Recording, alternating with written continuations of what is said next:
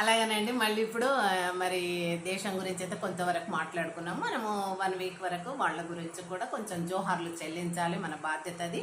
అలాగే ఇప్పుడు కవుల గురించి ఒకరిని, గురజాడ అప్పారావు అందరికీ తెలుసు. ఆయన గొప్ప కవి, ఎందరో గొప్ప కవులు ఉన్నారు, వారిలో ఈయన కూడా ఒకరు.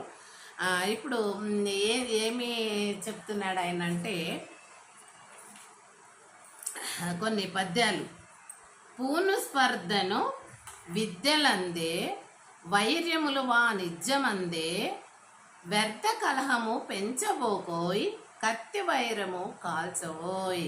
ఏం చెప్తున్నాడు గురజాడ అప్పారావు?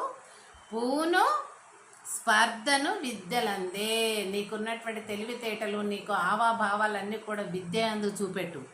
వైర్యముల వాణిజ్యమందే, వైర్యాలు అంటే పోటాపోటీలు, ఇవన్నీ కూడా ఎక్కడ వాణిజ్య వ్యాపారాలలో చెయ్యి. కానీ వ్యర్థ కలహము పెంచబోకోయ్. మనకు ఇప్పుడు ఏదైనా కావచ్చు దేశం లోపల, ఒక కుటుంబం గురించి ఇంకొకరు పట్టించుకోరు, కానీ దేశం అన్నప్పుడు అందరం భాగస్వాములం కదండి.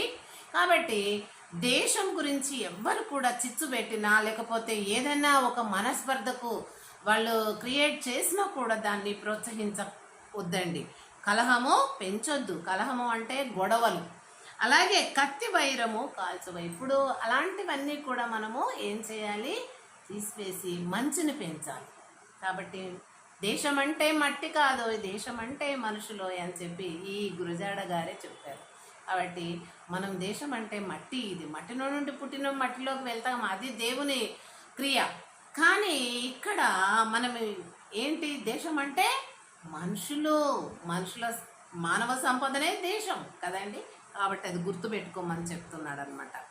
అలాగే సొంత లాభము కొంత మానుకు పొరుగువాడికి తోడుపడవోయి, దేశం అంటే మట్టి కాదు, దేశం అంటే మనుషులే. చూడండి ఏం చెప్తున్నాడు? సొంత లాభము కొంత మానుకో, మన సొంత లాభాన్ని ఆశించకు, కొంతవరకు మానుకొని ఇతరులకు సహాయం చేసే విధంగా నీ ప్రవర్తన, నీ యొక్క మరి ఏదైనా నీ సంపద కానీ ఏదైనా ఇతరులకు మనం హెల్ప్కరంగా ఉండాలని చెప్తున్నాడు. పొరుగువాడికి తోడుపడవ, ఇరుగు పొరుగును సహించుకోవాలి. అలాంటప్పుడు మనం ప్రేమ జీవితము గడుపుతాం అన్నమాట. దేశం అంటే మనుషులు, మట్టి కాదు అని చెప్తున్నాడు. చూడండి ఎంత చక్కటి మనకు మరి ఒక ఆదర్శప్రాయమైనటువంటి మెసేజెస్ పద్యాల ద్వారా, మరి కావ్యాల ద్వారా, కవితల ద్వారా, మరి ఇటువంటి గొప్ప నాయకులు కాకుండా మరి సంస్కర్తలు, సంఘ సంస్కర్తలు కూడా చాలామంది ఉన్నారు, మీకు తెలుసండి. అదే కాకుండా మరి ఇటువంటి కవులు ఎంతమందో కవులండి. శ్రీశ్రీ గారు, గురజాడ గారు, సత్యనారాయణ